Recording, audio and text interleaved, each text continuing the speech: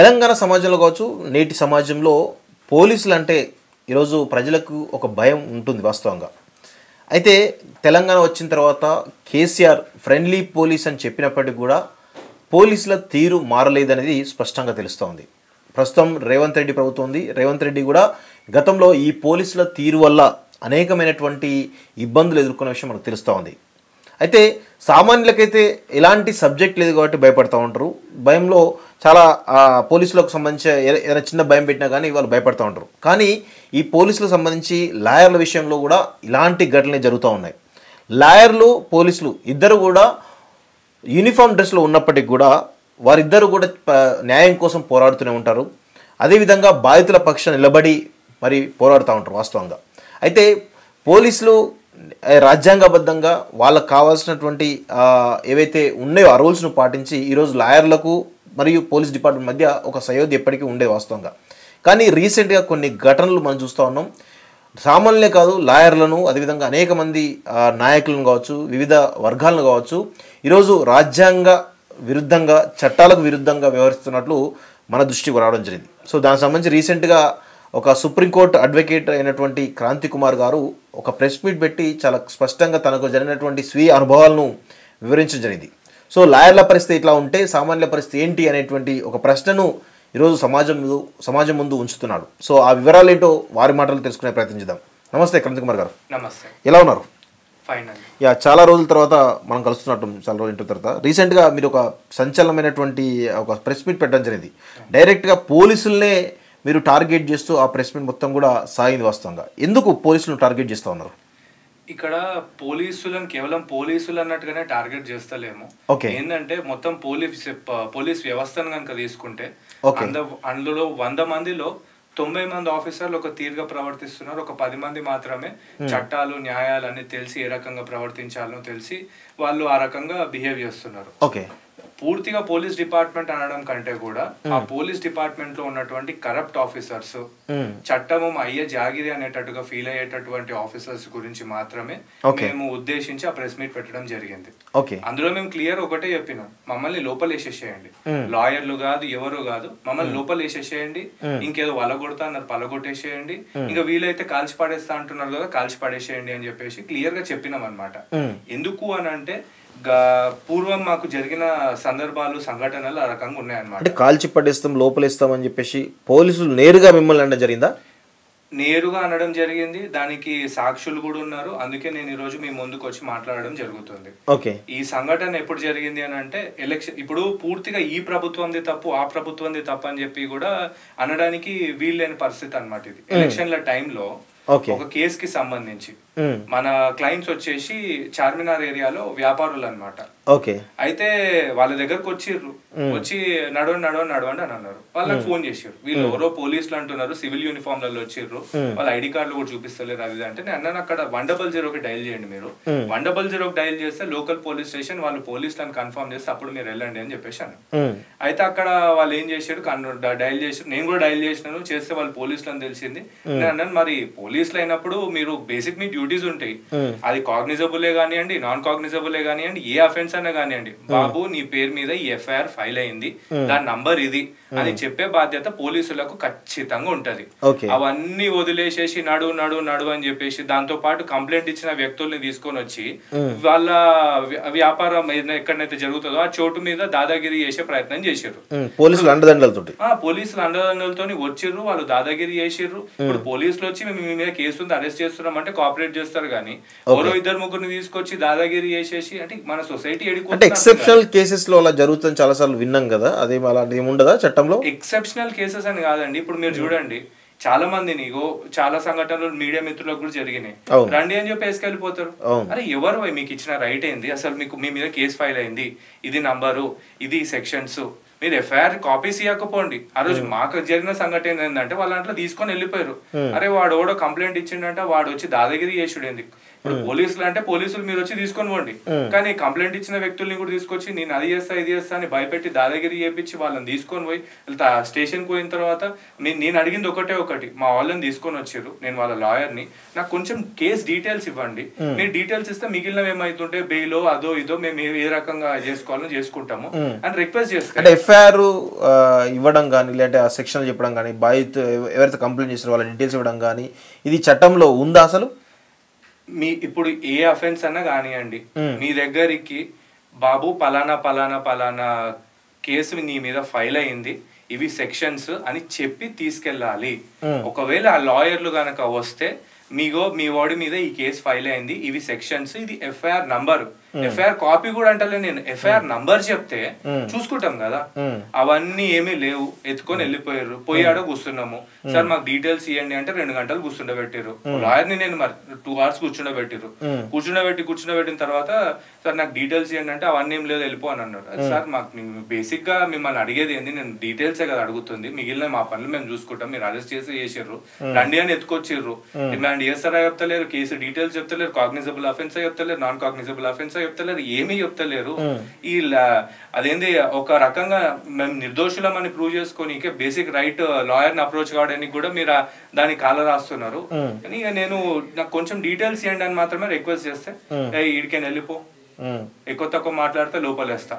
ఈ లోపలేస్తా అన్న డైలాగ్ నేను ఒక్కసారి కాదు 3-4 సార్లు ఏ పోలీస్ స్టేషన్ కి వెళ్ళినా ఇది ఒకటి. అంటే పోలీసులకు వాళ్ళకు రైట్ ఉంది అనుకుంటారేమో లోపలేస్తా అన్న నీకే.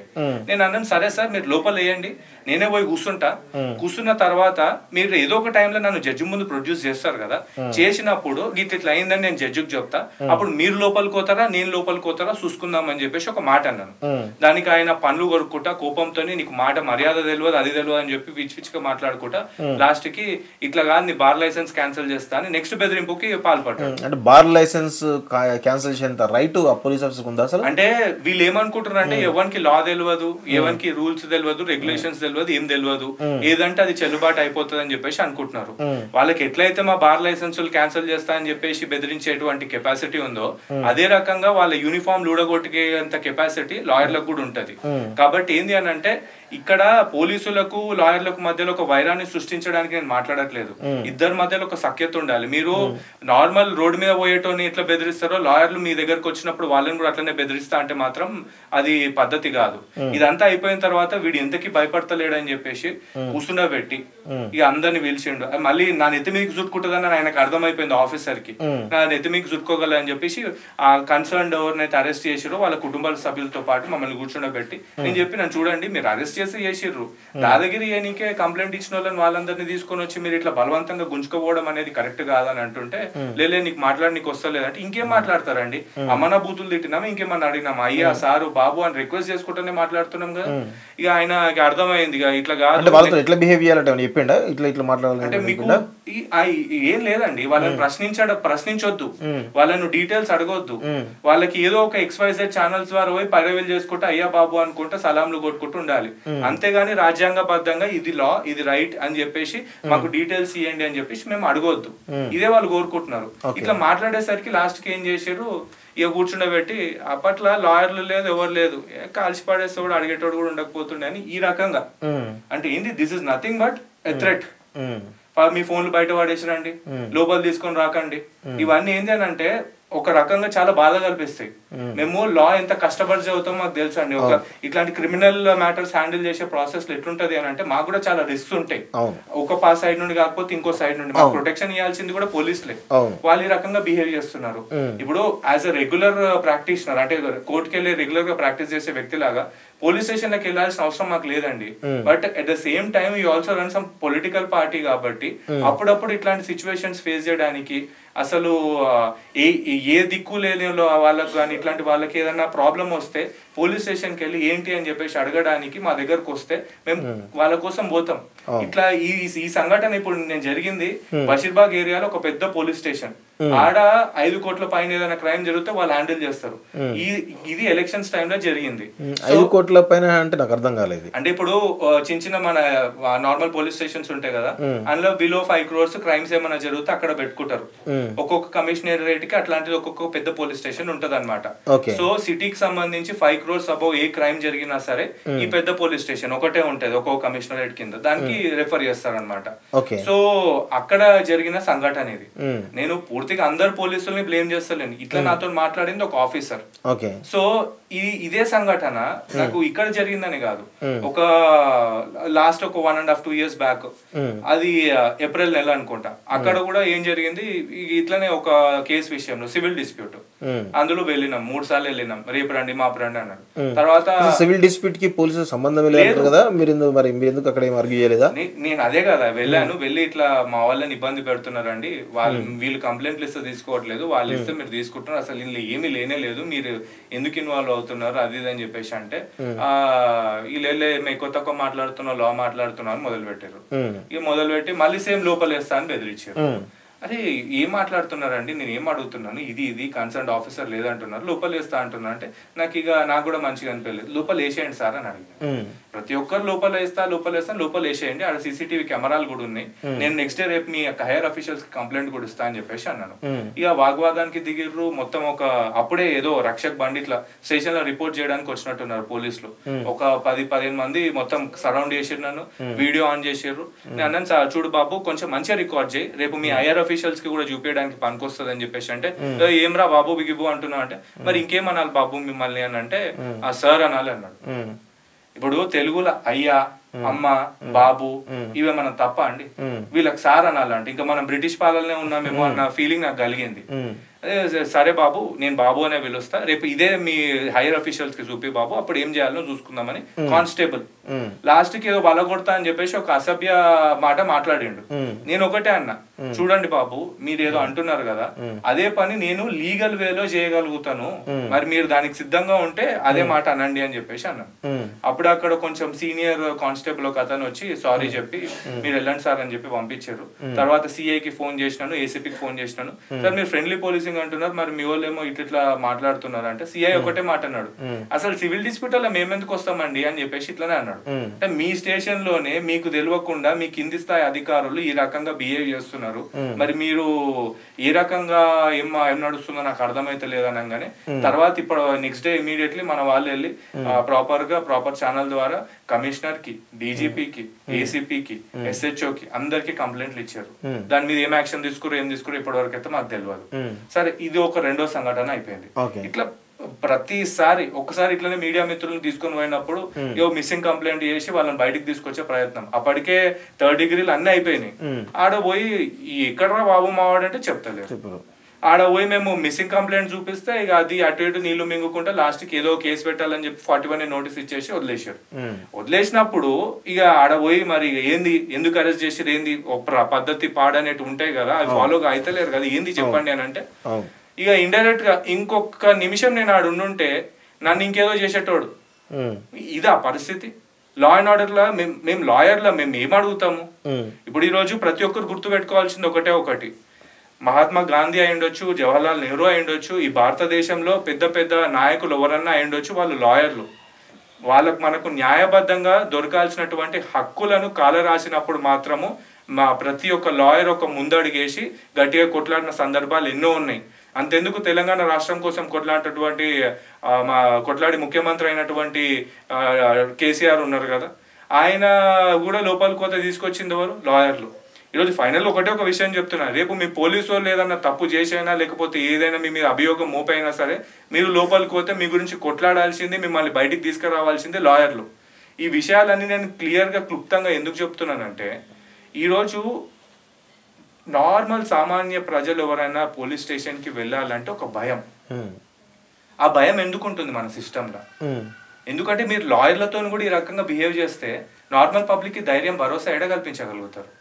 ఇప్పుడు ఈ మాట అంటున్నాను ఏమనుకోకండి, ఈ రోజు దేశ ప్రధాని మీద కూడా ఏదో ఒక XYZ పోలీస్ స్టేషన్ లో పోయి కళ్ళు మూసేన్ని డబ్బులు గుమ్మరిస్తే సంబంధం ఉండదు, సాక్ష్యాల ఆధారాలు ఉన్నాయా లేవా అని ఎఫ్ఐఆర్ చేసి పడేస్తున్నారు.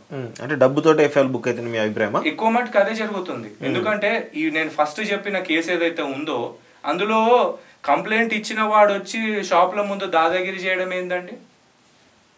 లాయర్లు పోతే మీరు సార్ ఇది కాదు ఇది జరిగింది ఇది కేసు డీటెయిల్స్ అంటే మేము వెళ్ళిపోతాం, మమ్మల్ని కూర్చుండబెట్టి లోపలేస్తా అది చేస్తా ఇది చేస్తా అంటే ఒక కాన్స్టిట్యూషనల్ పరిధిలో బిహేవ్ చేయాల్సినటువంటి పోలీస్ ఆఫీసర్ అన్నిటినీ వదిలేసి ఖచ్చితంగా పోలీస్ స్టేషన్కి వెళ్తే మనకు ఎఫ్ఐఆర్ నెంబరు ఎఫ్ఐఆర్ డీటెయిల్స్ ఇచ్చేటువంటి చట్టం ఏమైనా ఉందా? అసలు ఖచ్చితంగా ఇవ్వాలి. ఇప్పుడు మనకు కొన్ని చట్టాలు ఉన్నాయి. Arnesh Kumar versus state of Bihar అయి ఉండొచ్చు, లేకపోతే మన DK Basu versus state of West Bengal అయి ఉండొచ్చు.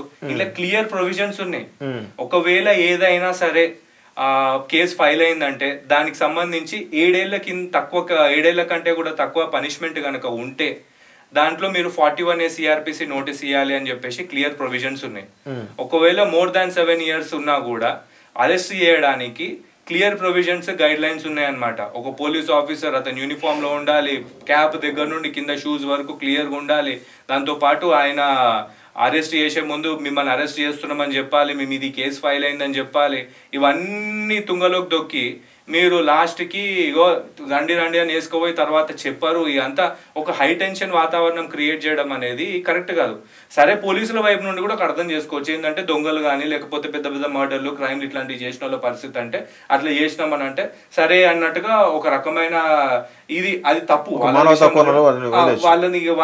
వాళ్ళ డిఫికల్టీస్ అర్థం చేసుకోవచ్చు.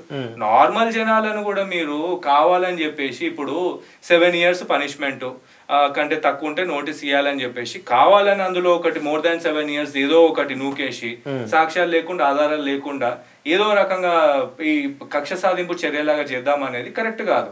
సో ఇవంతా నేను కేసుల గురించి డిస్కస్ చేయకుండా అసలు మేము లాయర్ల లాగా మీ దగ్గరకు వచ్చినప్పుడు మేము మిమ్మల్ని అడిగేది ఏంటి, కేసు డీటెయిల్స్ ఇవ్వమని అడుగుతాం.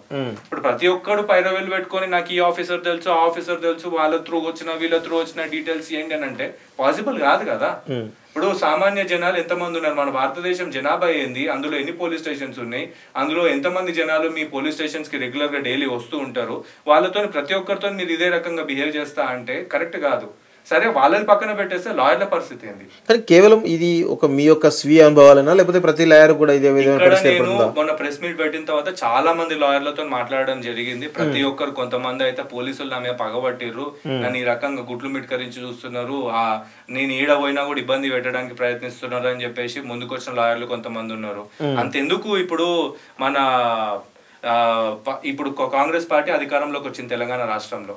మీకు గుర్తుందో లేదో ఒక ఎంపీ, మాజీ ఎంపీ వి హనుమంతరావు గారు, మాజీ ముఖ్యమంత్రి అయినటువంటి కేసీఆర్ గారు ఒకటి ఏదో మీటింగ్ పెడితే అడబోయి అరే చూడండి రా బాబు జర చెప్పండి పోలీసు వాళ్ళ దగ్గరికి పోతే అమ్మనా బూతులు తిడుతున్నారు, ఆ భాష తట్టుకోలేమని చెప్పేసి అన్నాడా లేదా? సో ఇప్పుడు నేనంటే పక్కన పెట్టండి, ఒక ఎంపీ ఈ రోజు రూలింగ్ పార్టీకి సంబంధించినటువంటి ఒక మాజీ ఎంపీ అన్న మాటలు ఇవి. అంతెందుకు రేవంత్ రెడ్డి గారిని మీరు గుర్తు తెచ్చుకోండి, ఆయన ఇంటి బెడ్రూమ్ దర్వాజాలు వాళ్ళ కొట్టి లోపలికి దూరే హక్కు ఎవరిచ్చారు? ఇవన్నీ లాయర్ల లాగా మేము ప్రశ్నిస్తామండి. ఇప్పుడు మమ్మల్ని కూడా లోపలేస్తా కాల్చి పడేస్తా అనే మాటలు వస్తున్నాయి అని అంటే ఏ రకమైన వ్యవస్థలో మనం బతుకుతున్నాము? కాబట్టి ఈ రోజు ముఖ్యమంత్రి గారికి కూడా మేము ఇదే సవాల్ విసురుతున్నాము, మీకు నిజంగా చిత్తశుద్ధి గనక ఉంటే ఇట్లాంటి మీ మీద చర్యలకు పాల్పడ్డటువంటి ఆఫీసర్స్ పైన మీరు యాక్షన్ తీసుకోండి. ప్రజలకు నమ్మకం కలుగుతుంది, పోలీసుడైనా తప్పు చేస్తే తప్పించుకోలేడు అన్న నమ్మకం ఒకటి కలుగుతుంది. ఈ రోజు లాయర్ల పరిస్థితి దారుణంగా ఉంది. మీరు నమ్ముతారో లేదో, మీరు అనుకుంటుండొచ్చు లాయర్లకి ఏం తక్కువ బాగా సంపాదిస్తారు అది అని చెప్పేసి, అందరి పరిస్థితి అట్లా ఉండదు. ఇప్పుడు నార్మల్ గా లా కంప్లీట్ చేసి ఒక లోవర్ కోర్టులో ప్రాక్టీస్ స్టార్ట్ చేద్దాం అనుకునే వ్యక్తి, డిస్ట్రిక్ట్ కోర్టులో నేను ప్రాక్టీస్ స్టార్ట్ చేద్దాం అనుకునే వ్యక్తి ఓ సీనియర్ దగ్గర జాయిన్ అయితే ఎంత వస్తుంది అనుకుంటున్నారు మీరు? 2 నుండి 3 వేలు. అవి కూడా ఏంది పెట్రోల్ ఖర్చులకు, అవి వాటికి కూడా సరిపోవు. జోబుల దగ్గర పెట్టుకొని పని నేర్చుకోవాలన్న ఇంటెన్షన్ తోని జాయిన్ అవుతారు. ఇప్పుడు హైకోర్టు పరిస్థితి ఏంది అని అంటే అదేంది 8 నుండి 10,000 వరకు వస్తుండొచ్చు. ఇప్పుడు హైదరాబాద్ లాంటి నగరంలో ఎక్కడి నుండో వచ్చి హైకోర్టులో ప్రాక్టీస్ చేయాలన్న కషితోని అక్కడ వండుకుంటా రెంట్లు కట్టుకుంటా కింద మీద మేనేజ్ చేసుకుంటా హైకోర్టులో ఎట్లా ఎస్టాబ్లిష్ అవ్వడం ఎంత కష్టమో తెలుసా? సుప్రీం కోర్టులో అయితే అదే 12 నుండి 15,000 మధ్యలో ఉంటది ఫ్రెషర్స్ కి. సో ఇంత కష్టంగా ఢిల్లీలో రెంట్ల పరిస్థితి అయితే మినిమం ఎంత తక్కువ ఉన్నా కూడా 7-8 ఆడనే ఎగిరిపోతాయి. తిరగడానికి దానికి దీనికి 3-4 సో కొన్నిసార్లు డబ్బులు సరిపోని పరిస్థితి కూడా ఉంటది. ఇంత కష్టమైన పరిస్థితుల్లో లాయర్లు ఉంటారు. అట్లాంటి పరిస్థితుల్లో ఉండుకుంటా కష్టపడుకుంటా మీ దగ్గరకు వచ్చినప్పుడు మీరు ఇట్లా లోపలేస్తాను అని బెదిరించడం అనేది కరెక్ట్ కాదు. చట్టానికి మారుపేరుగా ఉండే లాయర్లు ఈరోజు పరిస్థితి పోలీస్ డిపార్ట్మెంట్ చేతిలో ఇన్ని అవమానాలు ఎదుర్కొంటా ఉంటే మరి సామాన్యుల పరిస్థితి ఏ విధంగా ఉంటుంది? సామాన్యుల పరిస్థితి చెప్తున్నాను కదండి, ఇక్కడ సామాన్యులకు కరెక్ట్ గా న్యాయం జరుగుతుందన్న పరిస్థితి లేదు. ఇప్పుడు ఒక వైపు నుండి ఒక బలవంతుడు ఉన్నాడు, ఇంకో వైపు నుండి బలహీనుడు ఉన్నాడు అని అంటే వీళ్ళు ఇప్పుడున్న వ్యవస్థలో బలవంతుడికి న్యాయం చేస్తారు. ఇప్పుడు ఒక పోలీసుల మీద చాలా బాధ్యత ఉంటది. మనం అనుకుంటాం కానీ పోలీసులు వాళ్ళు చాలా బాధ్యత ఉంటది. వాళ్ళ రెస్పాన్సిబిలిటీస్ అన్ని వదిలేస్తున్నారు. ఎందుకు అని అంటే ఇప్పుడు ఒక ఫర్ ఎగ్జాంపుల్ ఒక కేసు ఫైల్ అయింది అనుకోండి, అందులో ఇన్వెస్టిగేషన్ చేసి కరెక్ట్గా ఉందా లేదా, సాక్ష్యాలు ఉన్నాయా, ఆధారాలు ఉన్నాయా ఏంటి అని చెప్పేసి కరెక్ట్ గా ఫెయిర్ గా అన్బయాస్డ్ గా ఇన్వెస్టిగేషన్ చేసి రిపోర్ట్ ఫైల్ చేస్తే చార్జ్ షీట్ అయి ఉండొచ్చు, లేకపోతే క్లోజర్ రిపోర్ట్ అయి ఉండొచ్చు. చాలా వరకు మనము కోట్ల టైం కూడా సేవ్ చేయొచ్చు.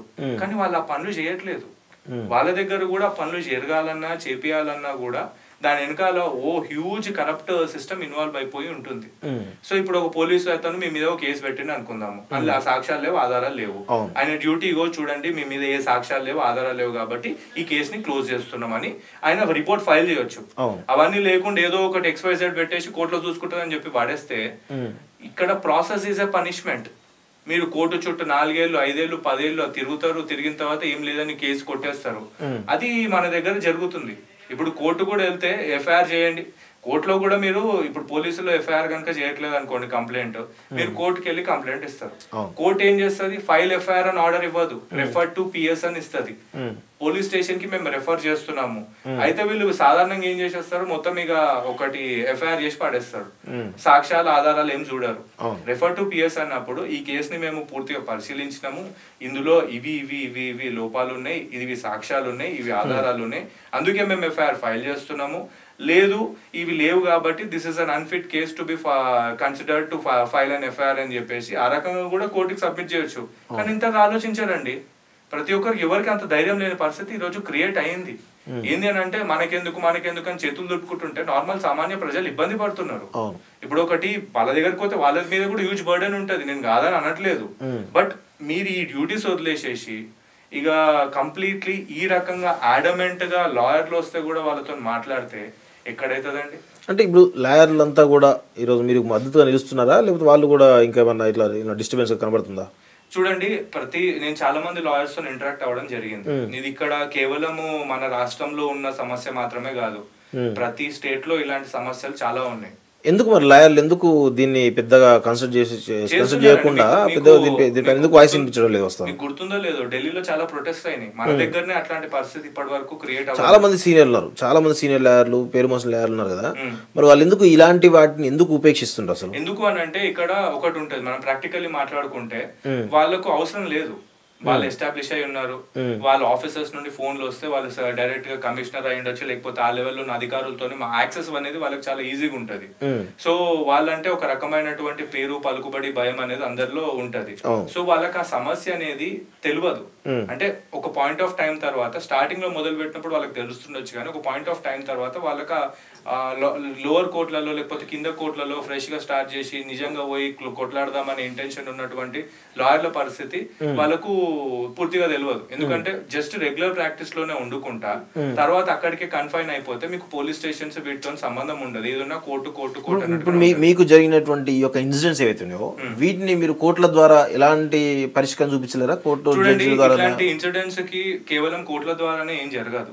ప్రతి ఒక్కరు ఐకమత్యంతో ఒక అడుగు ముందుకేస్తేనే ఇట్లాంటి వాటికి పరిష్కారం చేయవచ్చు. ఎందుకంటే కోర్టు అయినా సరే మిమ్మల్ని సాక్ష్యాల ఆధారాలు అడుగుతుంది. ఇప్పుడు నేను ఏడికింది ఇవ్వాలి సాక్ష్యాల ఆధారాలు? నేను మీకు ఒక ఇన్సిడెంట్ చెప్పిన, అది ముషీరాబాద్ నియోజకవర్గంలో ఒక పోలీస్ స్టేషన్ లో జరిగిన సంఘటన గురించి నీకు చెప్పినాను మీకు. అది అందులో సీసీటీవీ కెమెరాలు కూడా ఉండే. ఆ రోజు నెక్స్ట్ డేనే పోయి కంప్లైంట్ ఇచ్చినాం, ఇప్పటి వరకు యాక్షన్ తీసుకోలేదు. అవి ఎన్ని రోజులు ఉంటే సీసీటీవీ కెమెరా కోర్టు ద్వారా పోవచ్చు కదా? మరి కోర్టు ద్వారా అంటే ఇప్పుడు ఏం లేదండి, కోర్టు ద్వారా వెళ్తాము, పిలుస్తారు, ఇన్వెస్టిగేషన్లు చేస్తారు, లాస్ట్ కి జరిగేది ఏం లేదు పరిస్థితి. ఇక్కడ ఏంటి అని అంటే మేము కోరుకునేది ఏంటి, ఒక క్లీన్ సిస్టమ్ ని. మాకు కావాల్సింది ఏంటి, మర్యాద. ఎందుకు చాలా మందికి తెలియదు లాయర్ల బతికి ఎట్లుంటుందో. ఆ కోటు నల్ల కోటు వెనకాల వేసుకునేటువంటి చొక్కాలు చాలా మటుకు చాలా మందివి చిల్లులు పడి ఉంటాయి, చినిగిపోయి ఉంటాయి. ఆ నల్ల కోటుకు కూడా జోబులకు చాలా మటుకు చిల్లులు ఉంటాయి. ఇట్లాంటి పరిస్థితుల గురించి చాలా మందికి తెలియదు. ఇప్పుడు మేము ప్రతిసారి ఇదే ఇదే ఇదే ఇప్పుడు చాలా మంది చెప్పుకోవడానికి కూడా సిగ్గుపడతారండి. అదే నేను ఒక లాయర్ అయి ఉండి నన్ను పోలీసు వాడు ఇది మాట అన్నాడు, నేను ఏ రకంగా పోయి బయట చెప్పుకోవాలనే పరిస్థితి ఉంటది. అట్లాంటి పరిస్థితి అన్నిటికీ ఒక సొల్యూషన్ రావాలంటే ఈ రోజు లాయర్లు ఖచ్చితంగా ఏకం అవ్వాల్సినటువంటి పరిస్థితి ఉన్నది. పార్టీలకు అతీతంగా అన్నిటికి అతీతంగా ఏకంగా అవ్వాల్సినటువంటి పరిస్థితి ఖచ్చితంగా ఉన్నది. మీరు ఇట్లాంటివి జరగలేదా అనే సంఘటనలు ఖచ్చితంగా జరిగినాయి. ఢిల్లీలో పెద్ద పెద్ద ప్రొటెస్టులు జరిగినాయి. అక్కడ లాయర్లకు పోలీసులకు మధ్యలో ఒక రకమైనటువంటి డిఫరెంట్ వైరమే మీరు చూసుంటారు చాలా వీడియోలు. సో అట్లాంటి ప్లేస్ నుండి నేను వచ్చినాను. ఇక్కడ మేము ఏదంటే అదే మాదే ఇష్టారాజ్యం అంటే నడవదు, ఖచ్చితంగా కొట్లాడతాము. మీరు సంపుతా అంటే సావనిక రెడీగా ఉన్నా, నేనైతే సావనిక రెడీగా ఉన్నా. ఇదైతే నేను ఓపెన్ గా చెప్తున్నాను. ఎందుకంటే కాల్చి పాడేస్తా అన్న మాట వచ్చినప్పుడు ఆ మాట విన్నాక కూడా నేను నా క్లయింట్ల గురించి కొట్లాడినాను, నా క్లయింట్లను డిఫెండ్ చేసుకుంటూ ముందుకు పోతున్నాను. కాల్చి పాడేస్తా అంటే కాల్చి పాడేసేయండి. ఇట్లాంటి దరిద్రపు సొసైటీలో ఫైట్ చేయకుండా బతుకుడు కంటే సావడం.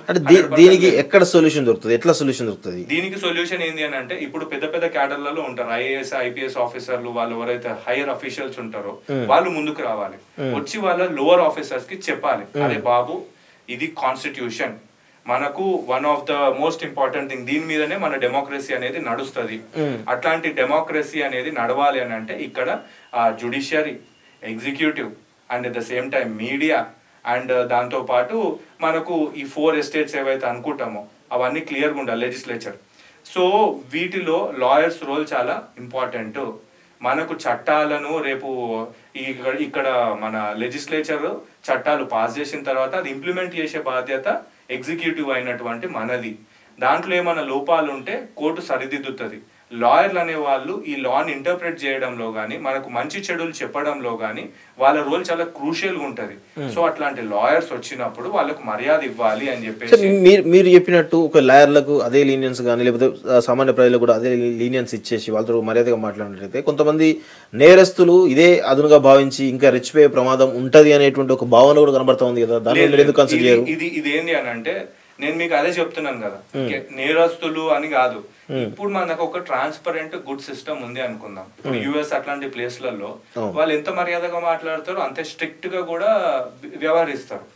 సో అట్లాంటి సిస్టమ్ అనేది మనకు కావాలి. ప్రతి ఒక్కరు వచ్చేసి నేను దీన్ని డలాస్ చేస్తాను, లేకపోతే ఇంకేదో నగరాన్ని చేస్తాను, అది చేస్తాను, ఇది చేస్తాను, థేమ్స్ నది చేస్తాను అంటే కాదు. వాటి వెనకాల ఇన్ఫ్రాస్ట్రక్చర్ కూడా అట్లా ఉంటది. లాయర్లు, పోలీసింగ్ వ్యవస్థలు కూడా అంత పటిష్టంగా ఉంటాయి.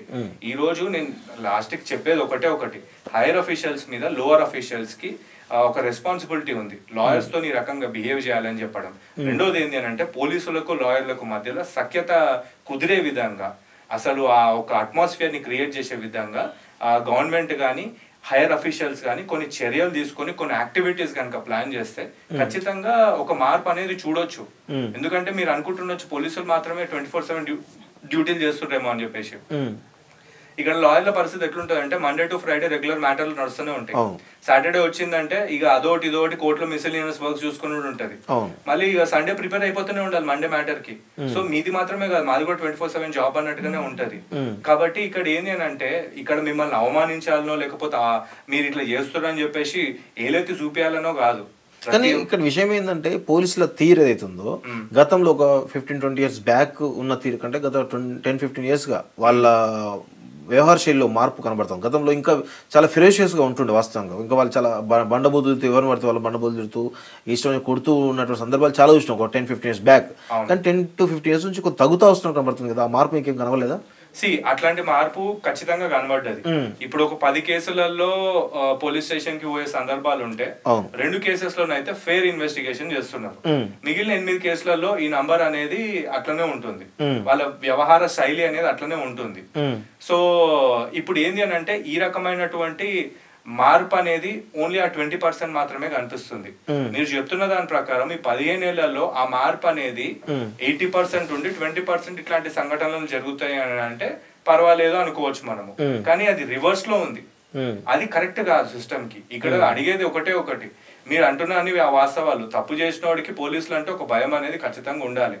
అట్ ద సేమ్ టైం తప్పు చేయనోడు అరే పోలీసులు నన్ను రక్షిస్తారు, ఎట్టి పరిస్థితుల్లో వాళ్ళు ఫెయిర్ ఇన్వెస్టిగేషన్ చేస్తారు, మీకు ఒక విషయం అడుగుతున్నానండి. ఇప్పుడు కోర్టులో ఏదైనా కేసు ఫైల్ అయితే ఓ చిన్న రిప్లై కానీ కౌంటర్ కానీ ఇవన్నీ ఫైల్ చేయడానికి ఎంత టైం తీసుకుంటున్నారు అనుకుంటున్నారు మీకు తెలుసా? వారాలు నెలలు టైం తీసుకుంటారు. ఇప్పుడు ఒక అక్యూజ్డ్ కి సమన్స్ ఇవ్వాలి, ఆ సమన్స్ కూడా ఇయనీకే చేత కాదు కొన్ని స్టేషన్స్ లలో. వాళ్ళతో అబ్యూస్ అయితే లేదా అంటే అవుతుంది. ఒకటి ముఖ్యమంత్రి అయితే రోడ్ల పొంటి ఇగో 10 ఫీట్లకు ఒకరిని నిలబెడతా అంటే నడవదు. వ్యవస్థలో మనకున్న స్ట్రెంత్ ఏంది ఇవన్నీ కూడా అర్థం చేసుకోవాలి. ప్రభుత్వాలు ఇప్పుడు గతంలో కేసీఆర్ ప్రభుత్వం కానీ ప్రస్తుతం రేవంత్ ప్రభుత్వం కానీ ఫ్రెండ్లీ పోలీస్ అనేటువంటి ఒక వాదన బయట తీసుకొస్తున్నారు. అదేం ఇంప్లిమెంట్ కావట్లేదు అంటారా? ఇంప్లిమెంట్ అంటే చెప్తున్నాను కదా, ఇద్దరి సమానంగా ఉన్నారంటే ఇంప్లిమెంట్ అవుతుందేమో. ఒకడు పైకి ఒకడు కిందికి ఉన్నాడు, వీడు ఇన్ఫ్లుయెన్స్ చేసే పొజిషన్ లో ఉన్నాడు అని అంటే ఇంప్లిమెంట్ అవుతలేదు.